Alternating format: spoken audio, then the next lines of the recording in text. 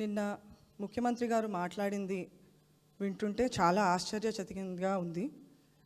ప్రజలకు ఇప్పటి నుండే జూబ్లీ హిల్స్ ప్రజలకు ఇప్పటి నుండే వాళ్ళు బీఆర్ఎస్ ప్రభుత్వాన్ని గెలిపిస్తే వాళ్ళందరికీ చెయ్యబోయే అభివృద్ధి పనులను ముందటి నుండే నిలిపివేస్తామని బహిరంగంగా ప్రజలకి చెప్పడం జరుగుతుంది. దీంతో ముఖ్యమంత్రి గారికి జూబ్లీ హిల్స్లో బీఆర్ఎస్ ప్రభుత్వమే గెలుస్తుంది అనేసి ముందే తెలుసుకున్నారు. కంటోన్మెంట్ గురించి మాట్లాడే ముఖ్యమంత్రి గారికి చెప్పదలిచింది ఏమిటంటే, కేసీఆర్ గారి ప్రభుత్వంలో మా నాన్నగారైన సాయన్న ఎమ్మెల్యే గారు ఎన్నో అభివృద్ధి పనులు చేశారు. కేసీఆర్ గారు చొరవతో ప్రతి ఒక్క ఇంటికి పథకాలు కానీ అభివృద్ధి పనులు కానీ, అది కమ్యూనిటీ హాల్స్ కానీ, అది మన డబుల్ బెడ్రూమ్ ఇల్లులు కానీ, రోడ్లు కానీ, మన బస్తీ దవాఖానాలు కానీ, ఇట్లాంటివి చూస్తూ వెళ్తే మరెన్నో పథకాలు కూడా, ఎన్నో అభివృద్ధి కార్యక్రమాలు కూడా చేశారు. మీరు వస్తే కంటోన్మెంట్లో ప్రతి ఒక్క గల్లీలో సాయన్న గారి శిలాఫలకం మీకు అది జవాబిస్తుంది. ఇక్కడున్న కంటోన్మెంట్ ప్రజలు మీకు కేసీఆర్ గారు చేసిన అభివృద్ధి కానీ, వారికి చూపించిన దారి కానీ మీకు ఇక్కడ కంటోన్మెంట్ ప్రజలే మీకు ఒక జవాబు ఇస్తారు అని చెప్తున్నాను.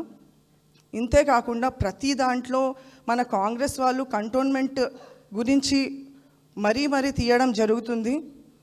వారు ఇదే సిచ్యువేషన్ మనకు కంటోన్మెంట్లో కూడా ఉండే. అప్పుడు మా నాన్నగారన్న మా ఇంట్లో ఒక పెద్ద దిక్కు ఉండి మా నాన్నగారిని కోల్పోయి మేము అతి బాధలో ఉన్న సిచ్యువేషన్ చూసుకొని కాంగ్రెస్ ప్రభుత్వం మా మీద ఎన్నో అభండాలు వేసి మాకు ఇంకా కించపరిచే విధానంగా, మా మనోభావాలు ఇంకా హర్ట్ చేసే విధంగా ఎంతో ప్రయత్నం చేశారు. అదేవిధంగా వాళ్ళు ఇప్పుడు ఇక్కడ కూడా ప్రయత్నిస్తున్నారు. సునీతమ్మ గారు వారి ఇంట్లో వాళ్ళ భర్త కోల్పోయి అతి బాధాకరమైన విషయం జరుగుతున్నప్పుడు వాళ్ళ పిల్లల్ని పెట్టుకొని ఆమె ఆ బాధ దిగమిందుకోలేక ఒక ఏడ్చిన సన్నివేశం తీసుకొని వారు అది నాటకమని, అది ఎలక్షన్స్ కోసం చేశారని, ఇలా ఎన్నో విధంగా ఆమె మీద బురద చల్లడమే కాకుండా వాళ్ళ పిల్లల మీద కేసు కూడా వేయడం జరిగింది.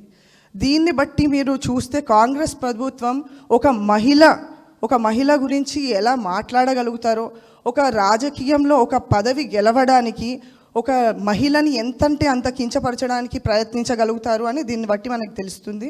అదే ఇంకో పక్కన చూస్తే తన లీడర్ మన బీఆర్ఎస్ ప్రభుత్వంలో బీఆర్ఎస్ పార్టీలో ఒక లీడర్ ఇంట్లో ఒకళ్ళు చనిపోయారు అనగానే మన వర్కింగ్ ప్రెసిడెంట్ నుండి మన కింది స్థాయి ఒక కార్యకర్త వరకు కూడా ప్రతి ఒక్కళ్ళు ఇప్పుడు సునీతమ్మ గారి పక్కన ఉండి వాళ్ళకి అండదండగా ఉంటూ వాళ్ళకి ఒక ధైర్యాన్ని ఇస్తున్నారు. దీన్ని బట్టి నేను ఏం చెప్పదలుచుకున్నానంటే, జూబ్లీ హిల్స్ ప్రజలందరికీ కూడా ఈ నెక్స్ట్ ఎలక్షన్స్ జరగబోయేది మీ చేతిలో ఉంది.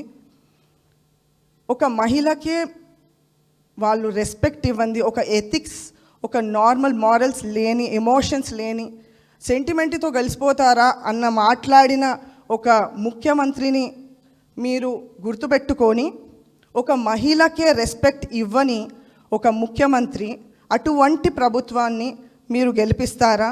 లేకుంటే బీఆర్ఎస్ ప్రభుత్వం, బీఆర్ఎస్ కుటుంబం, ఈ గోపీనాథ్ గారు ఫ్యామిలీయే మా కుటుంబం అని ప్రతి ఒక్కళ్ళు వచ్చి హెల్ప్ చేసిన విధంగా మీరు సునీత గోపీనాథ్ గారిని గెలిపించి వాళ్ళకి అండదండగా ఉంటే వారు ఈ 5 years మిమ్మల్ని మీ కడుపులో పెట్టుకొని చూసుకుంటారు, ఒక తల్లిలా మీ దగ్గర ఉండి చూసుకుంటారని నేను తెలియజేస్తున్నాను.